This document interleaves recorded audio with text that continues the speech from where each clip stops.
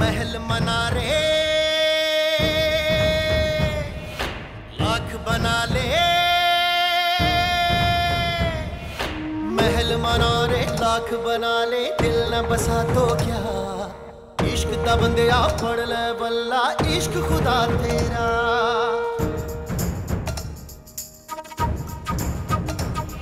पैमाने वफा दस्तारे अना, पैमाने वफा दस्तारे अना, सब कुछ है यही रह जाना।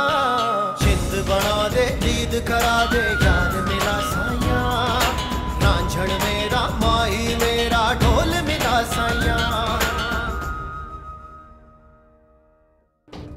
आग में मत कूदो, वरना तुम्हारे साथ साथ छुट्टी मलखन भी जलकर राख हो जाएगी। अब मैं अपनी बेटी को तुम्हारी बहू बनाकर उसे जहन्नम में नहीं धकेल सकती। ये आप क्या ऑलफॉल मुंह से निकाल रही हैं भाभी? जान ऐसी क्या खास बात थी 27 तारीख को?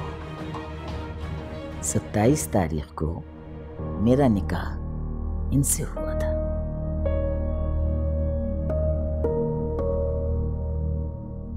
बस मेरी बहाली जो है वो समझिए कि मैडम ज़ेबुनिसा की पहली शिकस्त है। अब उनकी बर्बादी का वक्त शुरू हो चुका है।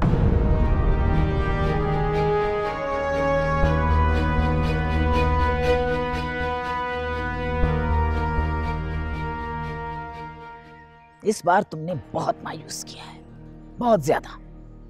लगता है तुम में पहली जैसी तवानाई नहीं रही। मैं शर्मिंदा हूं मालकिन, लेकिन इसमें मेरा कोई कसूर नहीं है। रिफत बीबी को जहां रखा था वो मेरा बड़ा महफूज ठिकाना है। मेरे गिरोह के सिर्फ चंद आदमियों को उसका पता था। फिर भी पुलिस वहां पहुंच गई और तुम और तुम्हारे आदमी चूहों की तरह वहां से भाग गए। मालकिन ये बहुत अचानक हुआ है। मुझे नहीं मालूम कि पुलिस वहां किस तरह से पहुंची।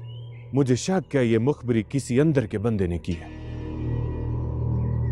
बकवास मत करो, कि तुम्हारे आदमियों के अलावा और कोई नहीं कर सकता।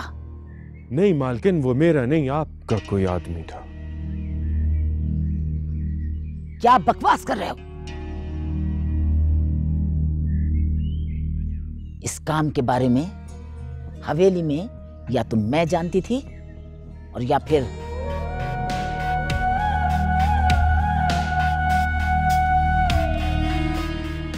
रहीम गुल, तीसरे किसी आदमी को पता नहीं था। ये मुझे नहीं पता मालकिन, लेकिन ये खबर थाने में मौजूद मेरे बंदों ने दी है। झूठ बोलते हैं, बिल्कुल झूठ बोलते हैं, या तुम अपनी कमजोरी पर पर्दा डाल रहे हो। अगर तुम्हारे उन दो आदमियों को ठिकाने न लगाया जाता तो तुम्हारे साथ साथ हम भी मुश्किल में आ जाते। पता है तुम्हें इस बात का? मेरे लिए अब क्या हुक्म है मालकिन?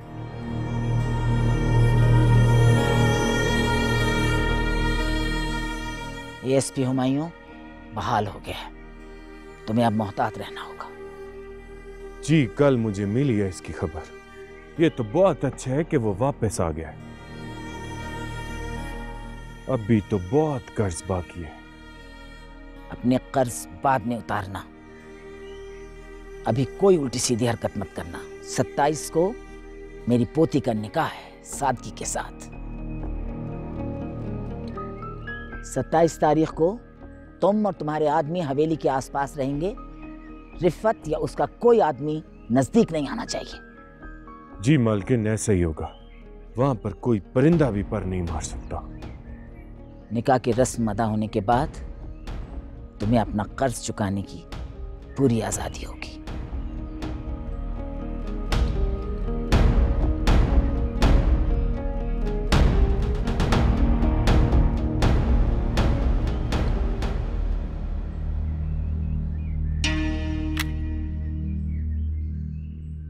अपनी जान का सदका दे देना सुल्तान।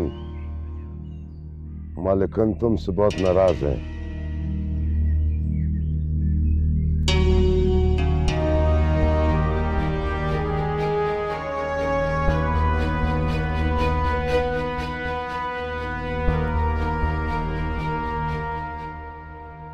दिल दिया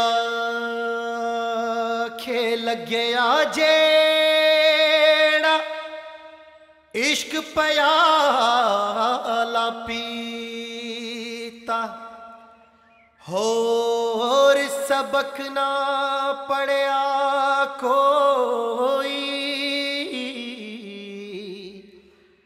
यार यार ही कीता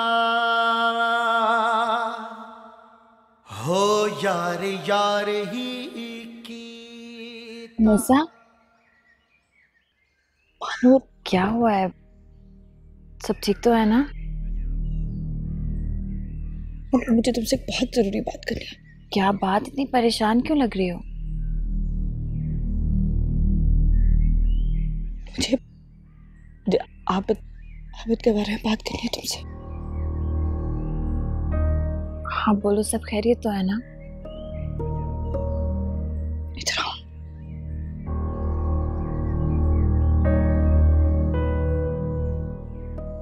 मैं तो आबिद के बारे में तुम्हें पहले ही सब कुछ बता देती, अगर वो फरसाना आंटी आ गई और उन्होंने मुझे तुमसे बात ही नहीं करनी थी।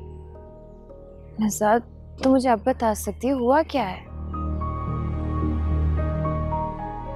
भानु, वो आबिद अच्छा इंसान नहीं है।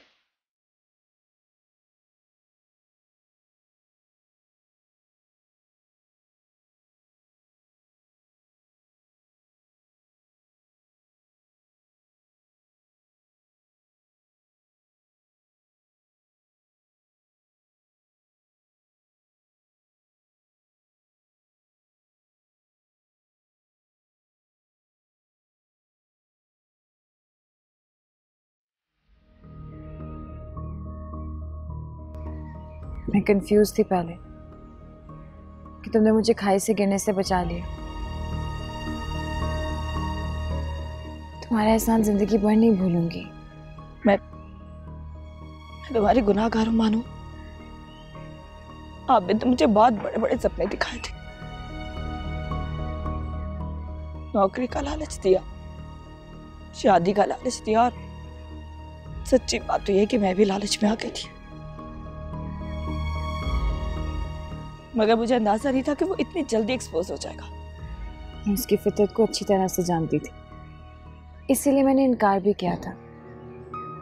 और इस इनकार के बदले अम्मा जानी ने मेरे साथ बहुत बुरा सलूक किया, मुझे मारा और कैद कर दिया।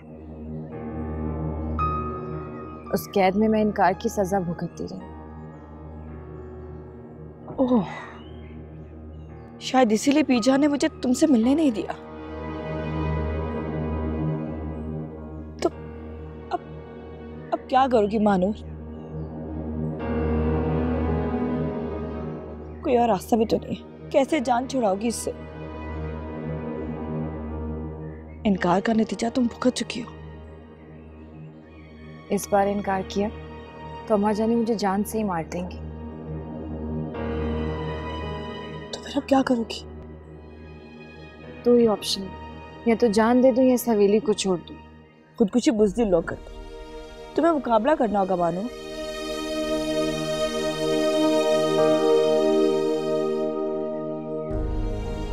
यहां से निकल कर जाओगे भी कहां? पीजा के खौफ की वजह से कोई भी तुम्हारी मदद नहीं करेगा, बल्कि तुम्हें तो जमीन की गहराइयों से भी निकाल कर ले आएंगे। तुम्हारा कोई दोस्त भी तो नहीं है जो तुम्हें यहाँ से निकाल कर लेके जाए।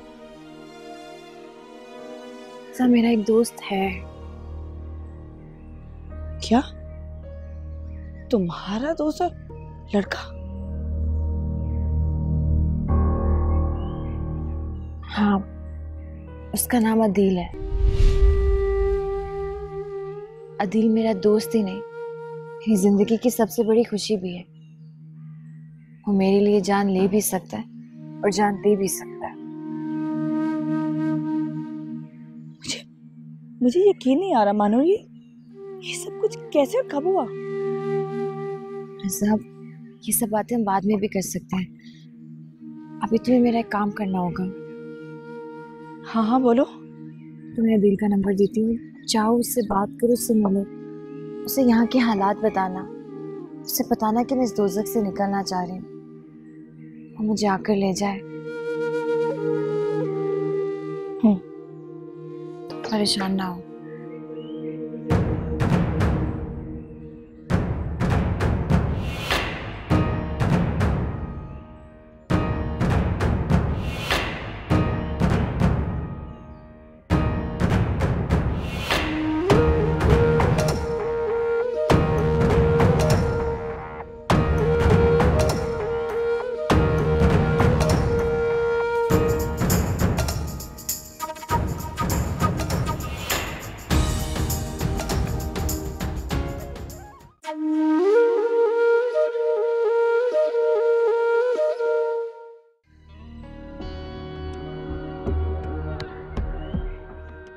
अच्छा, तो कब से मुलाजिम?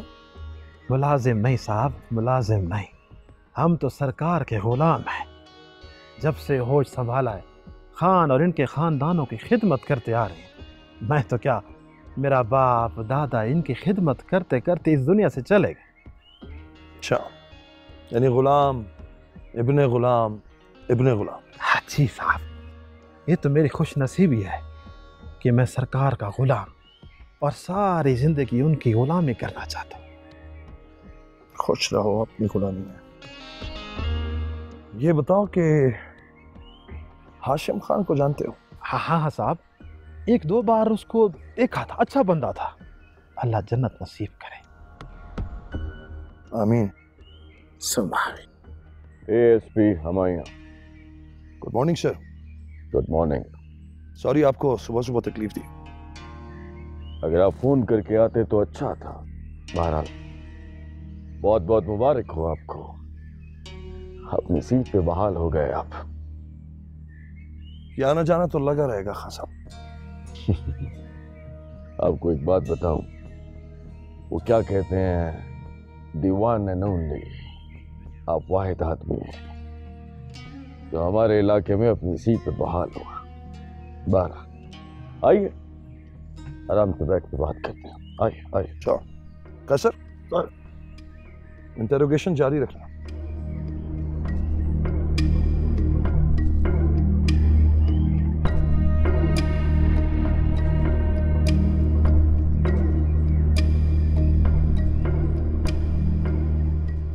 आइए आइए आइए, बैठिए, तशरीफ रखिए। Thank you very much. कहिए एएसपी साहब, सुबह सुबह क्या मसला हो गया? खान साहब, हम एक मर्डर की तहकीक कर रहे हैं। 18 साल पहले आपके एक कजन हाशिम खान का कत्ल कर दिया गया था। नहीं एएसपी साहब, हाशिम खान का कत्ल नहीं हुआ था।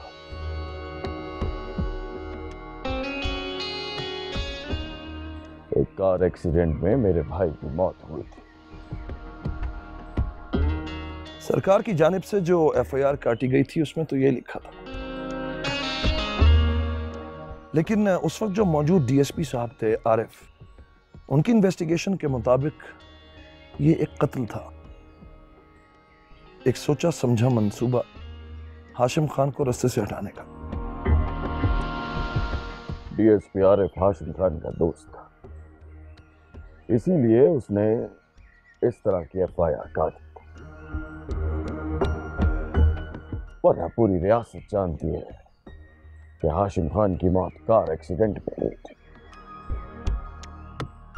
बहरहाल, आप ये गड़े मुर्दे क्यों उखाड़ रहे हैं एएसपी साहब? दरअसल हाशिम खान की बेवा ने एक केस को रीओपन करने की दरखास्त दी है। अच्छा, तो इसका मतलब है कि वो घटिया हरकतों पे उतर आए हैं। सॉरी खान साहब, आप ये किसके लिए कह रहे हैं? हाशिम खान की बेवा के लिए। और किस लिए? कुछ दिन पहले आई थी अपने उस जख्मी डीएसपी के साथ। धमकियां दे रही थी मुझे। उसकी बेटी का निकाह होने वाला है मेरे बेटे के साथ, जो उसे पसंद नहीं है। मना करने आए थे। जब मैंने इनकार किया तो बदले में आपको इस झूठे केस को रीओपन करने की दरखास्त दे दी। बात आप करें तहकीकात जितनी चाहे करना चाहें। हाशिम खान के कातिलों को पकड़ें, लेकिन ये बताओ मेरे पास क्या लेने आए हो?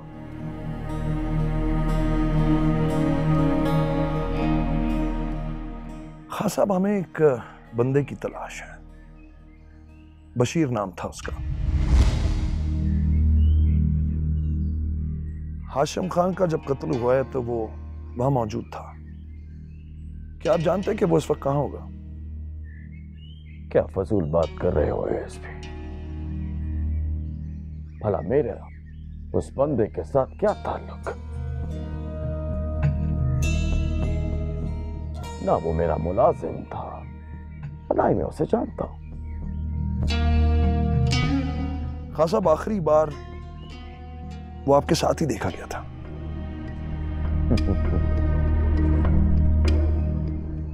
एसपी हमायूं साहब, हम रियासत के अमूर चलाते हैं। इस दौरान 150 न जाने कितने बंदे रोज मिलते हैं। अगर उनमें से कोई कत्ल करेगा तो क्या आप मुझे गिरफ्तार करने आएंगे? नहीं खां साहब, जब तक कोई सबूत नहीं होगा तो आपको कैसे गिरफ्तार करेंगे? बड़े मासूम हो गए इसके हमारे। तुम लोगों से तो ताजे कत्ल के सबूत इकट्ठे नहीं होते। 20 साल पुराने केस के सबूत कहां से लाओगे? हाँ? बहरहाल खां साहब, कोशिश करना हमारा काम है, और मैं यकीन से कह सकता हूं कि आप अपने कजन के कातिलों को एक दिन फंदे पे लटका जरूर देखना चाहेंगे। बशीर के बारे में आपको कुछ भी पता चले, प्लीज मुझे बताइएगा। Have a good day. Thank you for your time. अल्लाह हाफिज।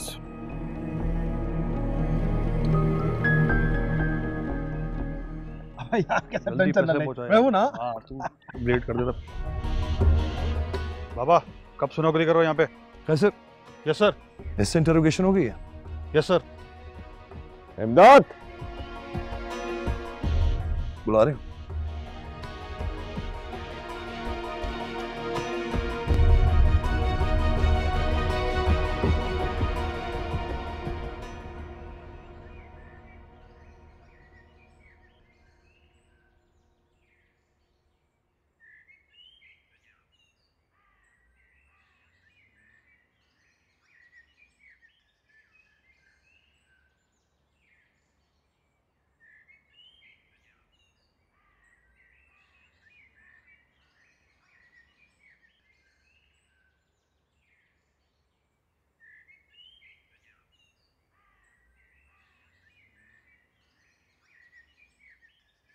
अदील, अदील, उठ जा बेटा, चल उठ, शाबाश, हिम्मत कर, उठ के दवाई खा ले। दवाई नहीं खाएगा तो ठीक कैसे होगा? हैं? उठ, शाबाश शाबाश, उठ जा, हिम्मत कर बेटा।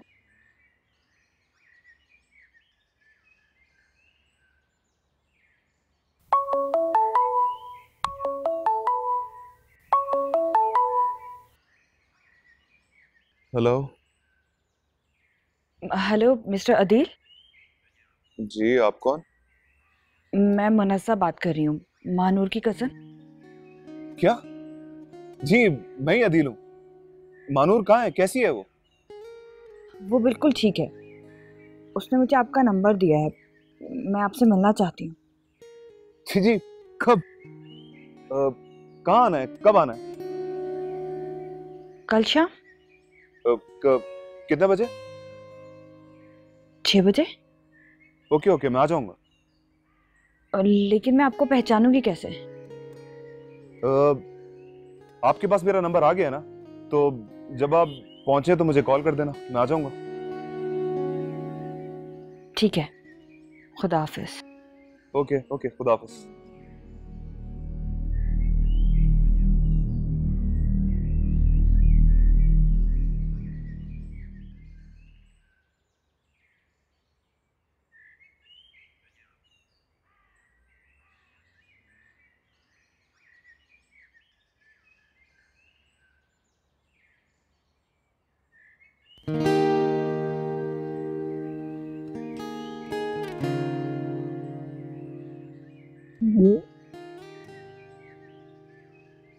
ये अचानक कैसे खड़ा हो गया? बस आ गई हिम्मत। या अल्लाह, तेरा लाख लाख शुक्र, मेरा बच्चा बिस्तर से तो उठा।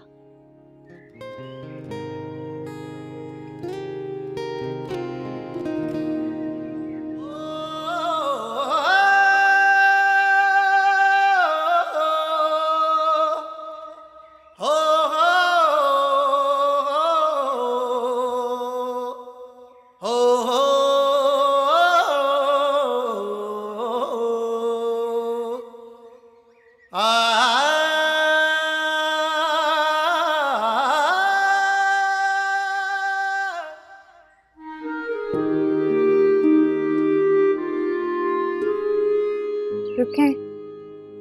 अस्सलाम वालेकुम दादा जी।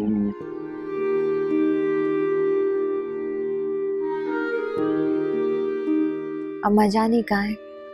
वो तो किसी काम से बाहर गई है। गुल बाबा के साथ गई? नहीं, गुल बाबा तो गाड़ियों को देखने गए थे, कोई गाड़ी खराब हो गई है।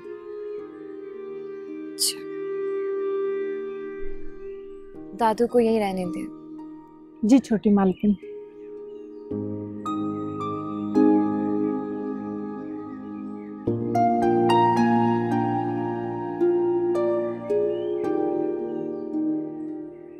मैं जानती हूँ दादू,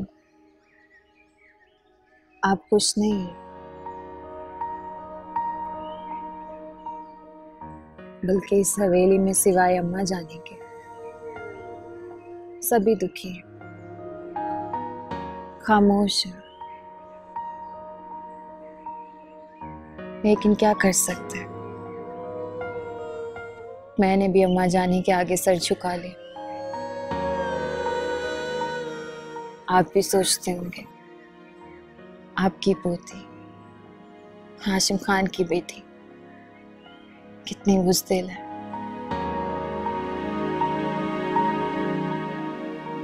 ऐसा नहीं है दादू, मुझे मेरी जिंदगी की परवाह नहीं है, अदील की फिक्र है।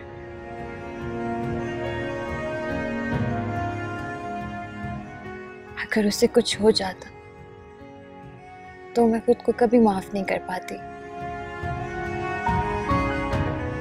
इस खानदान की इज्जत आबरू के लिए पीछे हट के भूल गई कि मुझे आबिद खान पसंद नहीं, लेकिन वो इतना घटिया निकले मैं सोच भी नहीं सकती थी। उसने मुनस्सा के साथ बहुत बुरा किया, उसे धोखा दिया, उसकी जिंदगी तबाह कर दी। आप बताएं दादू, क्या मैं किसी ऐसे इंसान के साथ जिंदगी गुजार सकती हूँ?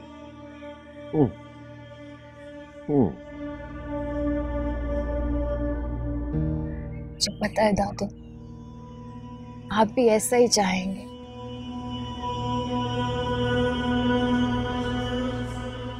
इसलिए मैंने सोचा कि मैं इस निकाह से इनकार कर दूंगी।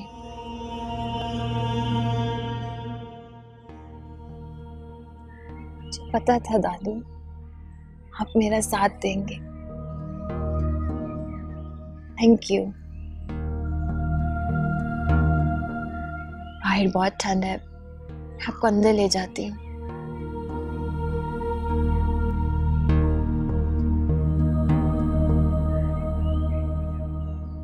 सबके सब निकम्मे। एक लड़की नहीं हाथ में आती तुम लोगों के, बड़ी बातें करवा लो। उससे जमीन खा गई या आसमान निकल गया, है कहां पे वो? मैम प्लीज रुकें। सर मैंने इन्हें रोकने की बहुत कोशिश की, लेकिन ये जबरदस्ती घुस आई। ये क्या बदतमीजी है? बगैर इजाजत के कैसे अंदर आ गई तुम? बदतमीजी तो मैंने अभी तक की नहीं मिस्टर आबिद, ना पूरे स्टाफ के सामने तुम्हारी इज्जत की धज्जियां उड़ा देती। कहो तो करके दिखाओ। देखो मनीषा, तुम आप बाहर जाओ। ओके। देखो मनीषा, ये मेरा ऑफिस है, अगर तुम्हें मुझसे कोई बात करनी तो घर आ जाओ, नहीं तो हम कहीं बाहर जाके मीटिंग कर लेते हैं। मुझे तुमसे कोई बात करनी ही नहीं है मिस्टर आबिद। मैं तुम्हें यहां सिर्फ ये कहने के लिए आई कि अपने पालतू कुत्तों को बांध कर रखो, जिन्हें तुमने आजाद छोड़ा हुआ है, वरना उनके साथ साथ तुम भी मुश्किल में आ जाओगे। मैं कुछ समझा नहीं, तुम क्या कह रही हो? कौन से कुत्ते? वही कुत्ते जो तुमने मुझे अगवा करने के लिए भेजे थे। किसने कहा तुमसे? मुनज़्ज़ा, मैंने ऐसा कुछ नहीं किया। झूठ बोल रही हो ना तुम? झूठ कौन बोल रहा है? की शक्ल पे साफ साफ नजर आ रहा है। बहरहाल मैं तुम्हें यहां सिर्फ ये कहने के लिए आई हूं कि मैंने अपना बयान डीएसपी के पास लिखवा दिया है। मुझे कुछ भी हुआ ना तो पुलिस सीधा तुम्हारे घर पर आएगी, समझे? और हां, आइंदा अगर मेरे हॉस्टल के पास भी नजर आए तो मुझसे गिला मत करना कि हॉस्टल वालों ने तुमसे बदतमीजी की।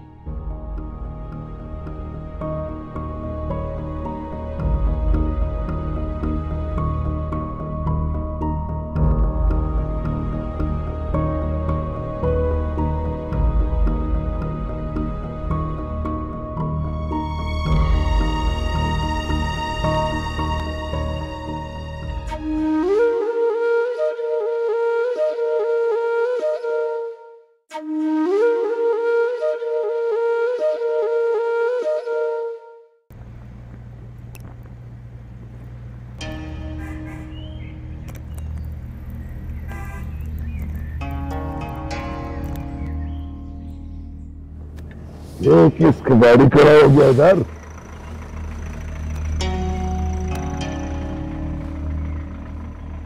कौन है भाई? ओ भाई, आगे बढ़ाओ गाड़ी। सलाम बेगम साहबा। वालेकुम अस्सलाम। कैसे हैं आप? मैं ठीक हूँ, आप? मैं ठीक हूँ। सलाम साहब। वालेकुम सलाम। मेरी बेटी कैसी है? बहुत अच्छी है मालिकन। वो लोग उसका निकाह कर रहे हैं और आप वहां रह कर भी कुछ नहीं कर पा रहे। क्या इसीलिए आपने उसे पाल पोस कर इतना बड़ा किया था कि उन दरिंदों के हवाले कर दे? खुश तो मैं भी नहीं हूं मालिकन, लेकिन मैं कॉल का पाबंद हूं। इस खानदान से वफादारी का कॉल जो मेरे बाप दादा ने उठाया है उसको मैं तोड़ नहीं सकता हूँ। वो भी तो उसी खानदान की है, वो भी तो इस रियासत की मालिक है, वारिस है। आप तो जानती हैं बेगम साहबा, मैंने छोटी मालिकन के लिए बहुत कुछ किया है। 18 साल तक आरिफ साहब के जरिए आपको उनकी खैरियत बेचता रहा हूं। इससे ज्यादा मैं क्या कर सकता था? नहीं गुल बाबा, अगर आप चाहें तो मैं मानूर से मिल सकती हूँ। बस एक बार उसे मुझ तक पहुंचा दे, उसके बाद कोई मुझसे नहीं छीन सकता उसे। मुझे माफ कर दे बेगम साहबा,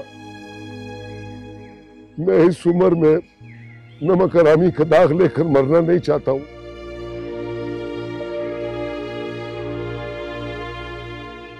छोटी मालिकन की शादी हो रही है आबिद खान के साथ, वो फिर भी हवेली में रहेगी और जब तक रहीम गुल की जिंदगी है वो छोटी मालिकन की हिफाजत करेगा। ये मेरा आपके साथ वादा है। गुल बाबा, मुझे आपकी मजबूरी का एहसास है। अगर आप वहां हवेली में उसकी हिफाजत ना करते तो न जाने उसका क्या हशर होता।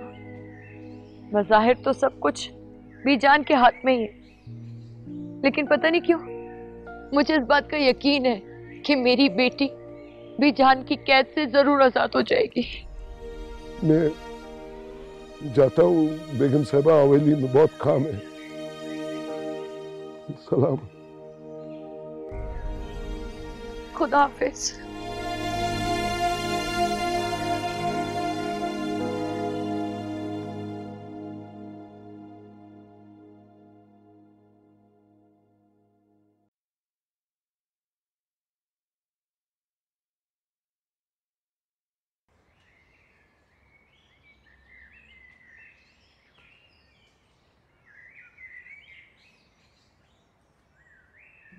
मिस्टर अदील।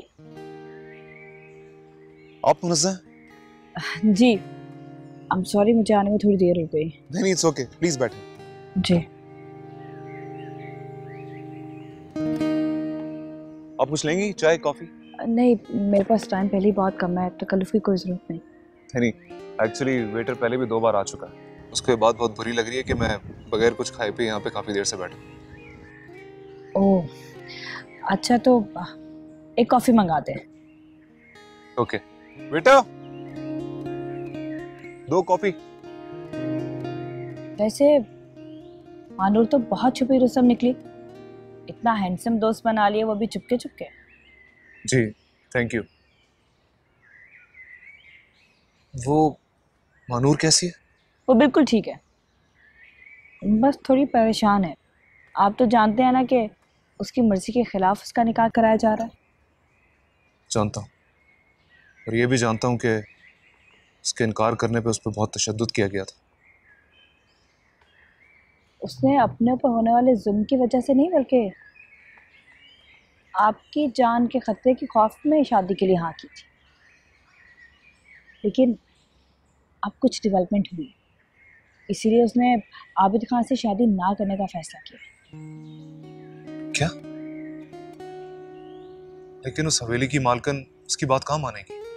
वो इसीलिए तो उसने हवेली छोड़ने का फैसला किया, और इसमें तुम्हारी मदद की जरूरत है। मैं तैयार हूँ। मुझे यकीन था कि मानूर यही फैसला करेगी। लेकिन हवेली पे बहुत सख्त पहरा होता है, हर वक्त मानूर के साथ कोई ना कोई रहता है, उसे 1 मिनट के लिए भी अकेला नहीं छोड़ा जाता। मुझे सिर्फ मानूर की रजामंदी चाहिए थी। अब कोई भी चीज मेरे रास्ते की रुकावट नहीं बनेगी। मगर ये सब कुछ कैसे होगा? मैं प्लान बनाते ही आपको कांटेक्ट करूंगा, लेकिन आप मेरी मदद करेंगी ना? हाँ हाँ, क्यों नहीं, ये भी कोई पूछने वाली बात है। थैंक्स।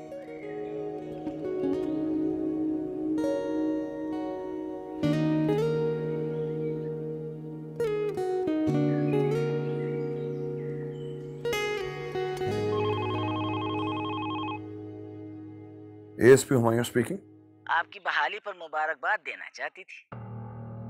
ओह, मेरा ख्याल था कि आप शायद मुझसे मिलने आएंगे, लेकिन मुझे ही फोन करना पड़ा आपको। जी मैडम, वक्त ही नहीं मिला। दरअसल बहुत सारे केसेस पेंडिंग थे। जिस दौरान मैं सस्पेंड था उस दौरान यहाँ कोई ऑफिसर था नहीं, इसलिए सब कुछ खुद ही देखना पड़ रहा है। हाँ, मुझे पता चला है कि आप पुराने केसेस खोल रहे हैं और उन पर तफ्तीश कर रहे हैं। मैंने सुना है कि मेरे बेटे हाशिम खान का केस भी आपने रीओपन किया है।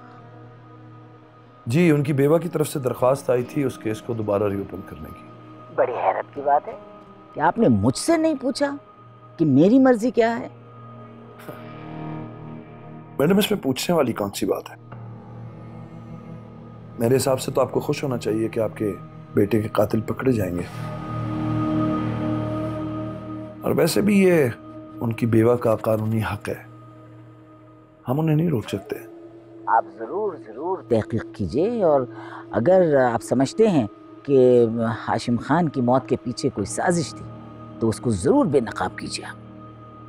जी, हमारी भी यही कोशिश है। एसपी साहब, शुरू में आपके और मेरे दरमियान कुछ तलखी सी हो गई थी, जिसकी मैं बहुत माफी चाहती हूँ। मैं चाहती हूँ कि आपके और मेरे ताल्लुकात बहुत खुशगवार रहने चाहिए। इससे अच्छी क्या बात हो सकती है मैडम कि आपकी सरपरस्ती मिल जाए। इस तरह आपका शहर और आपकी रियासत जराइम से पाक हो जाएगी। जराइम कभी खत्म नहीं होते एसपी साहब। देखिए ना, पैगंबरों के जमाने में भी हाथ काटे गए, संसार हुए, तो ये जराइम तो नहीं खत्म होंगे। लेकिन हम कोशिश तो कर सकते हैं मैडम। हाँ, नहीं, जरूर जरूर जरूर कीजिए। मैं बिल्कुल आपके साथ हूँ, मेरी पूरी कोऑपरेशन आपके साथ है। और इस खुशगवार ताल्लुकात की इब्तिदा के लिए मैं एक छोटा सा तोहफा भेज रही हूँ आपको, प्लीज कबूल फरमाइएगा। तोहफा? कैसा तोहफा? अरे छोटी सी खिदमत है एएसपी साहब, क्यों घबरा रहे हैं? बड़ी मामूली सी 25 लाख की रकम है आपके लिए। ओह, मैं तो वाकई समझा था कि आप अच्छे ताल्लुकात का आगाज कर रही हैं। आई एम सॉरी मैडम, शायद आपको लगता हो कि हर चीज बराए फरोख्त है। मैं नहीं हूं। I am sorry. Have a good day.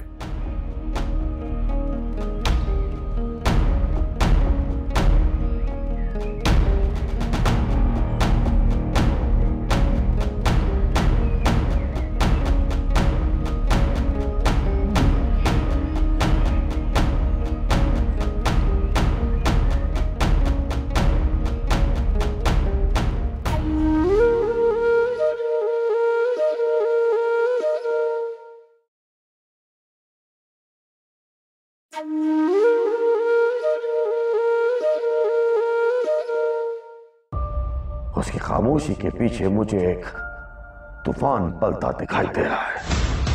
मुझे इस जहन्नुम से निकलना है। तो बस आ रहा होगा क्या पता।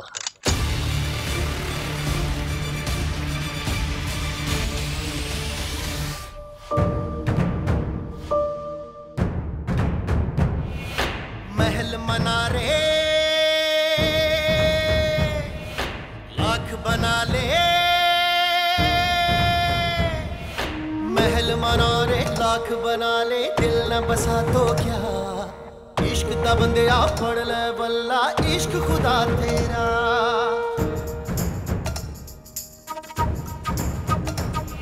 पैमाने वफा दस्तारे अना, पैमाने वफा दस्तारे अना, सब कुछ है यही रह जाना। जिंद बना दे, जीद करा दे, यार मिला साया, रांझण मेरा माही मेरा, ढोल मिला साया।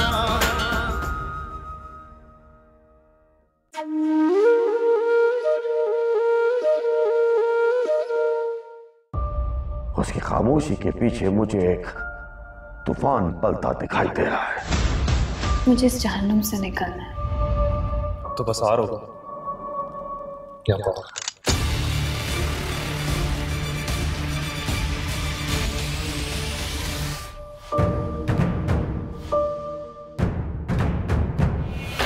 महल मनारे लाख बना ले, महल मनारे लाख बना ले, दिल न बसा तो क्या, इश्क दा बंदिया पढ़ ले बल्ला, इश्क खुदा तेरा।